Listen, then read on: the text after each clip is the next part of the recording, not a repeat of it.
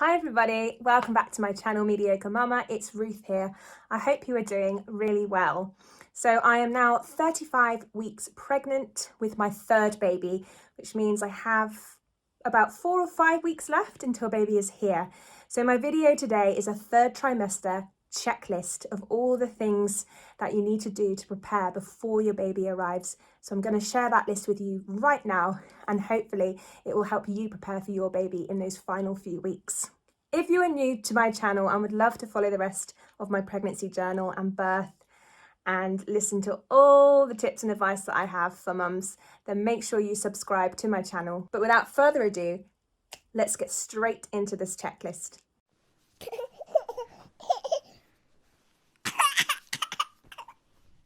So the first thing on my checklist is to wash all of baby's clothes or anything that you're going to be using for baby. So all the clothes, muslins, sheets, crib sheets, the sheets that will go in the pram, all that kind of thing. You need to make sure they're all washed before baby arrives. Make sure you wash them in a non-bio detergent and softener, as this is much kinder to their skin. But you do want to make sure that anything new or secondhand or borrowed is washed and fresh for baby, because their skin is so sensitive. Now the next thing on my checklist is to pack your hospital bag. Now the latest you really want to complete this by is 37 weeks, because at that point you are full term and you could go into labour at any point. So by 37 weeks, make sure everything is ready. Your hospital bag, your baby bag, your birthing partner's bag, make sure it's all packed and ready to go. Number 3 on my list, this might be a bit tricky at the moment because of the pandemic and COVID and all that kind of thing that's going on.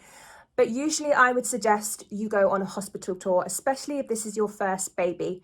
With my first baby, I gave birth on a birthing centre, and I didn't want to arrive on the day for the first time, not knowing where I was or where I was going.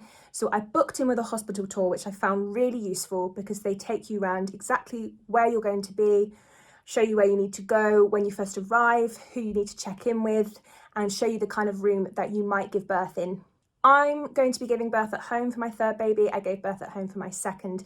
But if it's your first and you're going into hospital, if you're watching this video a bit later on when there's no pandemic, I do really recommend a hospital tour. Number 4 on my checklist is make sure your birth plan is completed. Now, whether anybody kind of looks at this or not at hospital, it doesn't really matter. It just kind of helps you to confirm your choices so you know exactly what you want to happen when you go into labour, and make sure you discuss these with your husband or your birthing partner so they know exactly what you want as well. The birthing plan is going to help you come up with all sorts of decisions, whether it's related to what drugs you want to take, how you want to deliver the placenta, who you want to cut the cord, what you want to happen, if there's an emergency, all these different things you really need to think about. Make sure you've gone through everything so that when you get to hospital, you can tell your midwife exactly what you want. Number 5 on my list is meal prep.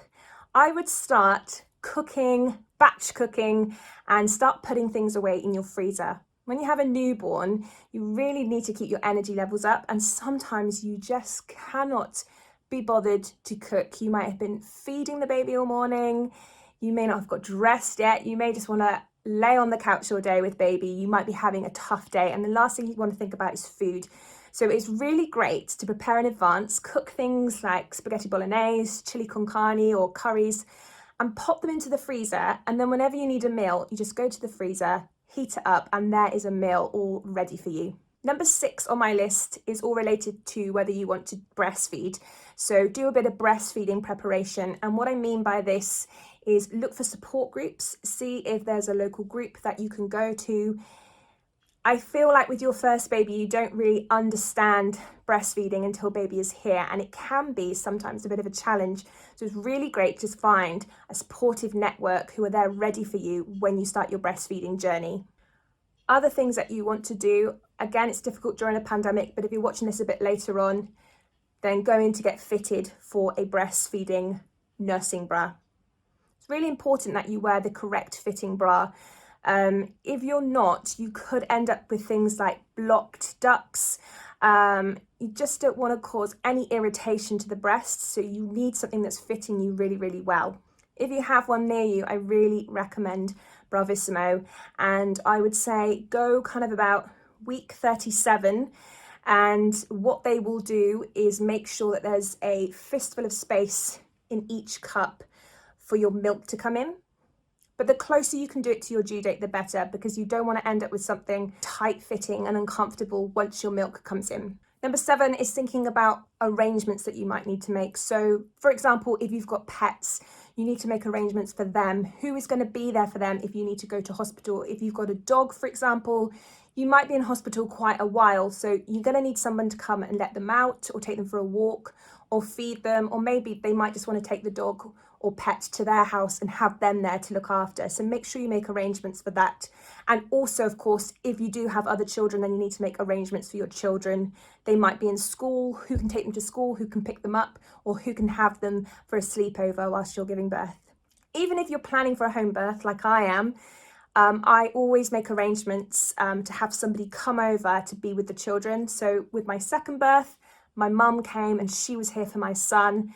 He woke in the night, so she was able to go and settle him, and hopefully she'll be able to get up in time again this time to look after my 2 children, to keep them occupied and entertained, so they're not worried about me, or if they need anything, she can be there for them. If they wake in the night, which is unlikely, but she will be here, and also for my recovery the next day.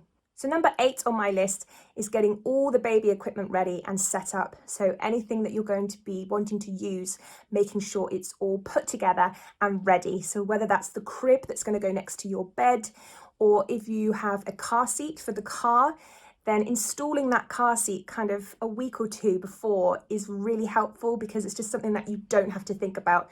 So when you go into labour, you don't have to suddenly think, oh, we haven't put the ISOFIX base in the car, how do we put the car seat in?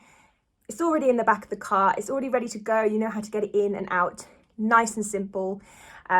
Setting up the cot or the nursery, making sure everything is in the right place, or if you have a chair for baby, a bouncer chair, anything like that, just getting it all done and sorted so that when you go into labour, you don't have to think about getting anything ready, or your husband, for example, he doesn't want to be building things whilst you're in labour. So just make sure it's all done. Write a list of everything you've bought, the pram, the travel system, all those kind of things, and just make sure they're done. Number 9 on my list, which you may not think about, is your wardrobe of clothes and kind of changing things around. I didn't do this the first time, but it's something that I did the second time, and I will definitely do this time. So that's kind of removing all the clothes that aren't going to be suitable once baby is here, especially if you're breastfeeding. You're going to need breast friendly clothes, and you're not going to want to be digging around trying to find things. So getting all your most comfiest clothes, or purchasing some new comfy clothes, making sure they're kind of readily available at the front of your wardrobe or hanging up, or your breastfeeding vests and tops and things that you want to go over your breastfeeding tops, making sure that that is all in your wardrobe, ready to kind of grab in the morning when you want to get dressed, rather than kind of trying to find things and dig things out. Just remove all the things that aren't going to be suitable, put them away in a storage bag or suitcase, and have your post-baby wardrobe ready. Number 10 on my list is nesting. This will probably naturally come to you. We all start to nest when we get to the end of our pregnancy, just things that we want to do around the house, organise and clean. But I would actually say that a clean is something quite important that you want to do before baby arrives. Now, don't push yourself too hard or do anything that's going to exhaust you, but having kind of a nice deep clean will just make you feel better as well, so that when you have the baby, you know that you're coming home to a clean home and you've done everything you can to deep clean certain areas. I've purchased a few months ago a Vax carpet cleaner, so I know that because I've got a dog and other children, and my 2-year-old, she's potty training a little bit, so weeing on the floor, all that kind of thing, which feels a bit gross to me. I'm going to get the Vax carpet cleaner out in the next couple of weeks when I go on maternity leave. Vax my carpets.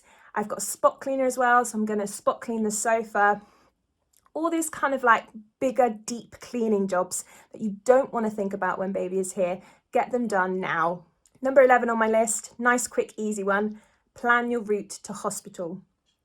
Now, depending on where you live or how far the hospital is, I'm sure you probably know where your hospital is and you're familiar, but plan the perfect route. Think about different times of day that you might need to go there. If it's rush hour, Is there a better route to the hospital?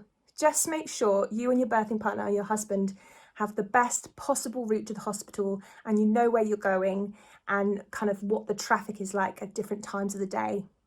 Number 12 on my list is to make sure your medicine cabinet is stocked up. Now, I often kind of don't think to pick up things like paracetamol when I'm out shopping, or any kind of other medicines or ointments and things like that. So go and check your medicine cupboard and think about postpartum recovery and what you might need. So I would get a few packs of paracetamol, ibuprofen.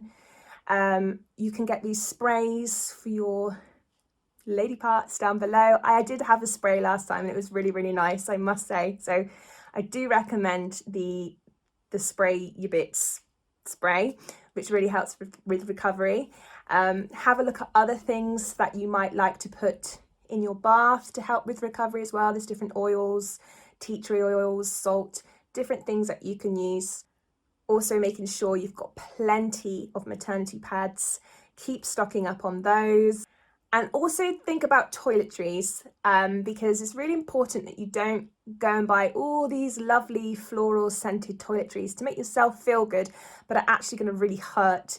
So shower gel, for example, is a really important one. Don't go and get a really heavily scented, soapy shower gel, because you'll start off all nice up here, and then when you get down there, or even when it starts to run in the water, it's like,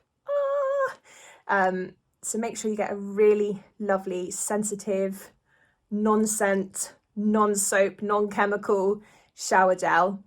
But you also might need other things like iron sachets. I needed some extra iron last time when I kind of lost some blood and I felt a bit faint. So just kind of think about recovery and what would be really helpful to have in your medicine cupboard. Number 13 on my list, something that you want to be doing very regularly now, is counting the kicks. Really keep an eye on baby's movement. This is so important towards the end of pregnancy, because reduced movement can be a huge sign of a problem, and that is just something you don't want to keep to yourself. Even if you have the tiny inkling, you know, movements really aren't the same today, but I don't want to bother the hospital. Don't think like that at all. You're so close to the end now. Movement is more important than ever. So make sure you are counting the kicks and having regular movement. Movement shouldn't really reduce towards the end of pregnancy at all. So don't ever think that. You should still be regularly feeling baby. Number 14 on my list, it isn't for everybody, but if you are planning to hypnobirth, then make sure you put a hypnobirth playlist together. At the moment where I'm practicing hypnobirthing, I'm kind of flicking between different files or going onto YouTube, finding meditations, or finding different pieces of music. But now what I really need to do in preparation for the big day is to kind of download properly some tracks and put a playlist together. So as soon as I go into labour, I've got a nice long list of tracks ready to go for my hypnobirthing, and I won't have to think about trying to search for things or find things. And the last thing on my list is to hire a TENS machine. Now, I have hired a TENS machine for my last 2 labours, and I've hired one again. I see a lot of people that tend to kind of go and buy one, but I find that hiring is a lot better, because a TENS machine brand new can be about £70–80. I use a home birth supply company, and it's £18 to hire for 6 weeks. So even doing that 3 times hasn't come to the price of a brand new one. And I think with hiring, it's better, because if you don't like the TENS machine, then you haven't purchased it and you're not stuck with it. And you know next time, if you have another baby, you won't be hiring one again. But a TENS machine is so, so helpful, whether you're birthing at home or not, to help you in that first part of labour before you go into hospital. It really does help to keep you at home for as long as possible to cope with the pain. And also you can continue to use it once you get to hospital as well. So I do really recommend a TENS machine. So they tend to send it out, if you put in your due date, they will send it to you about 36–37 weeks, and then you've got it for 6 weeks. So you've got it in case you go early, or if baby comes late, you've got it for that period of time. Postage is then free to send it back. So there you have it. That is my checklist for those final few weeks before birth, of all the kind of things that you want to get sorted, get done, tick off the list. And once everything is done, it's kind of like a big relief, and then you just feel ready then to have baby, and there's nothing more to think about. So when you do go to hospital and have your baby, you're coming home to everything sorted, done and dusted, nothing to worry about. I hope you found this checklist useful. If there's anything else that you would add to the checklist, please do add it in the comments below. It'd be really helpful to help other mums if I have forgotten something. But if this video was useful, I would really appreciate a thumbs up, and don't forget to subscribe before you leave. Hope to see you on my next video. Take care. Bye bye.